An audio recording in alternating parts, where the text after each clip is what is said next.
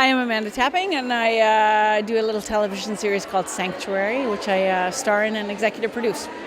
All right, and how are you involved with this year's festival? I've been a member of Women in Film for, about 14 years now, and I got asked to host the awards this year.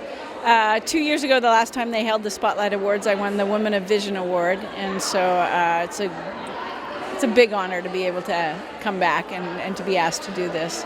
And why do you think this is such a fundamental group in the industry? Oh my gosh, this is a really small community. Like the Vancouver film industry, the BC film industry is a very small community, and Women in Film, you can't speak enough to the importance of this community, of supporting each other, of honoring each other, mentoring each other. And you see it tonight, just in the people that have come up and have talked to me, or that I've been able to talk to about projects that are happening and how we can help each other. And, well, you know, I've got extra muffins, I'll do your craft service, whatever. I mean, it's that supportive. So it's a vital part of this community. What are some of the challenges that you faced as a female actress? I think when I first came out here, I was on a show that was very testosterone-driven kind of show, and there was definitely a boys' club element to it. And I was playing a very strong female character, so I really felt like I had to prove myself in a big way when I first came out. And because the character was so beautifully written and so strong, that helped. But nonetheless, you still face the stigma of it's a boys' club, it's an old boys' club. Although I find in Vancouver that's changed in a huge way. The women are really calling the shots. How do you feel about the Vancouver art scene? I love it. I think it's, we've sort of gone beyond just being a service industry for the United States, and I think that what's happening more and more, and definitely in the time that I've been here, and I would say more so in the last 5 years, the Indigenous product coming out of BC is huge. It's not just, doing shows for Americans. We're actually making our own films, making our own TV shows. I love it here. I've lived in LA, I've lived in Toronto, and this is a great country. I don't want to leave Canada, and I want to raise my family here in Canada, but Vancouver's beautiful. My friend Katrin Bowen has a film on Sunday night called Amazon Falls, and it's her first feature film, and I'm very excited about that. And having met a bunch of the short filmmakers, not that they're short filmmakers, but they've made short films and they're filmmakers. Got it. So, and I'm very excited to see some of the short films this year. What advice would you have for people that are getting their start in this industry?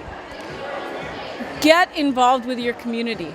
I think it's vital, especially for young women, to be mentored by strong, capable, and experienced women in this industry. It's what I did, and I was really lucky that I had some really smart women helping me. I grew up sort of not wanting to ruffle feathers, so I often compromised myself, and looking back, I would have changed it only in that I would have stood up for myself more and said, you know what, no.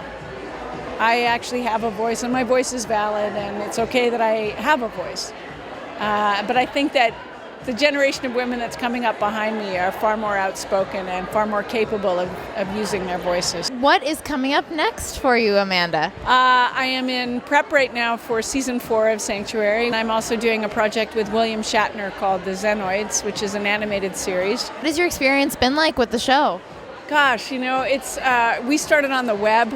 We were this little series that we're fully Canadian, fully BC actually.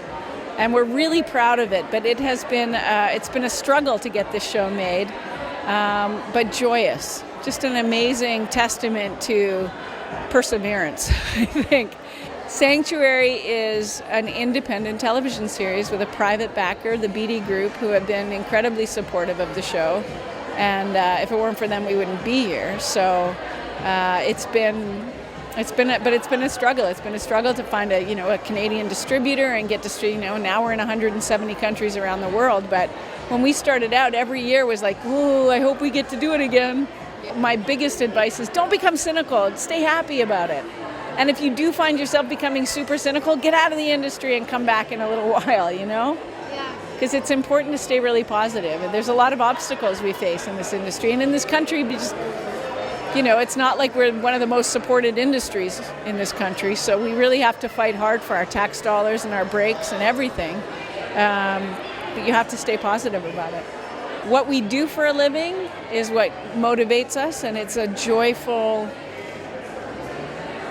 really, when you get into the creative aspect of it, it's such a joyful experience, and you just sort of have to keep focusing on that.